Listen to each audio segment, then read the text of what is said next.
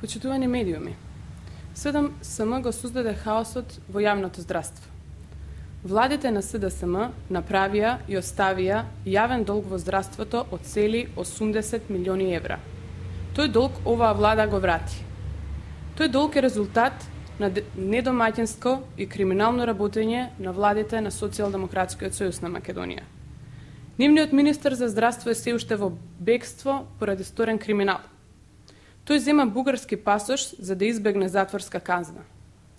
Андреј Петров треба да одговори од каде му се парите на Владо Димов доволни за да живее 4 години во бегство.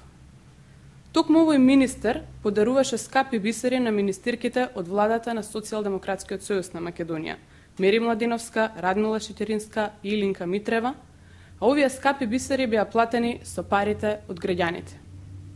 Против нив пак, директор на Фондот за здравство Рубинчо Заревски се уште се води судска постапка за криминал. Владите на СДСМ не купија ниту еден апарат, не изградија, ниту пак реновираа ниту една болница, а оставија милионски долгови цели 80 милиони евра. Се сеќавате ли, впрочем, на една реформа на СДСМ во здравството? Нема таква. Почитувани, со владата на ВМРО ДПМН започна да се создава ред во хаосот кој СДСМ го остави во здравството. Владата спроведува проект за набавка на современа медицинска опрема во вредност од 68 милиони евра.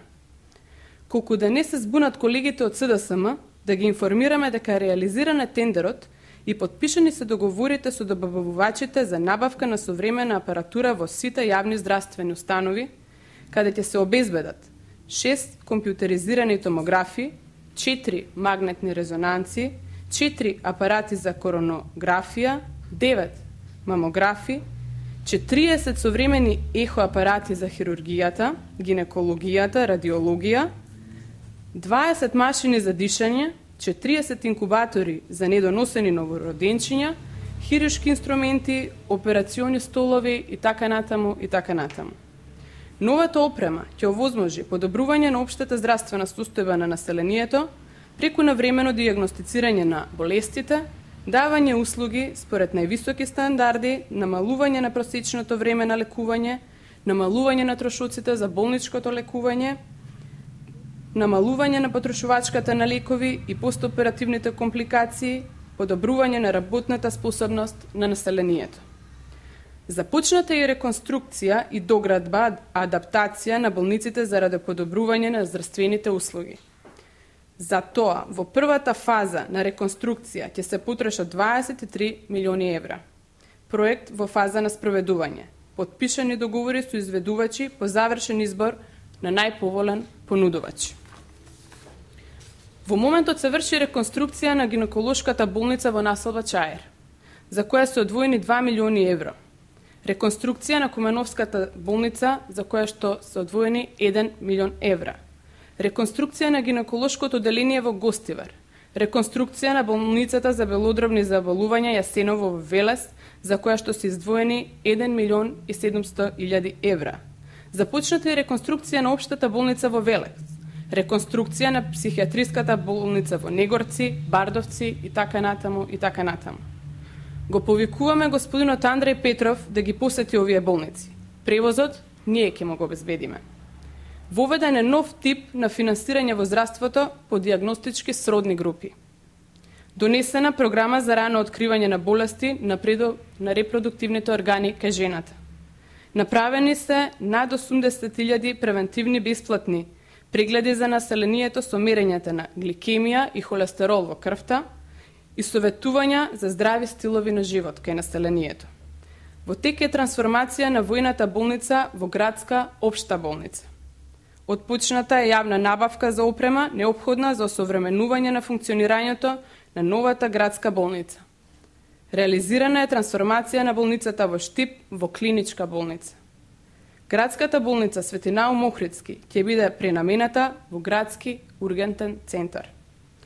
Отворен е првиот центар за дијализа по принцип на јавно-приватно партнерство Дијамет врз основа на студијата за спроведување проект за јавно-приватно партнерство во областа на хемодијализата. Со активностите ќе се продолжи во текот на 2010 година. Проектот за изградба на 17 амбуланти во руралните подречја се очекува да заврши до крајот на 2010 година. Постои пренаменета обука и постојано се инвестира во едукација на медицинскиот персонал. Почитувани, ова е дел од нашата работа. Ние ќе продолжиме да го поправаме она што владите на СДСМ го разврнуваа. ВМРО ДПМН ќе продолжи да инвестира во здравството и да ги решава проблемите на граѓаните.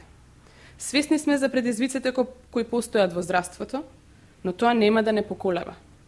Ќе продолжиме да ги решаваме проблемите на граѓаните, но ова што го правиме е 1000 пати подобро од она што го правеше СДСМ во нивното време и не остави никакво наследство за себе. Но кога станува збор за господинот Андреј Петров, јавно ќе го запрашаме. Дали Андреј Петров смета дека е во ред да биде пратеник и да работи во приватна болница како кожен лекар и да зема 2 плати? Го повикуваме конечно да се реши која плата ќе ја зема. И господине Андреј Петров, конечно одлучете се. Дали сте генерален секретар на партијата, политичар, економист, експерт за внатрешни работи, урбанизам, градежништво, експерт за надворешна политика, специјалист за сите области од здравството или сте само еден обичен кожен лекар.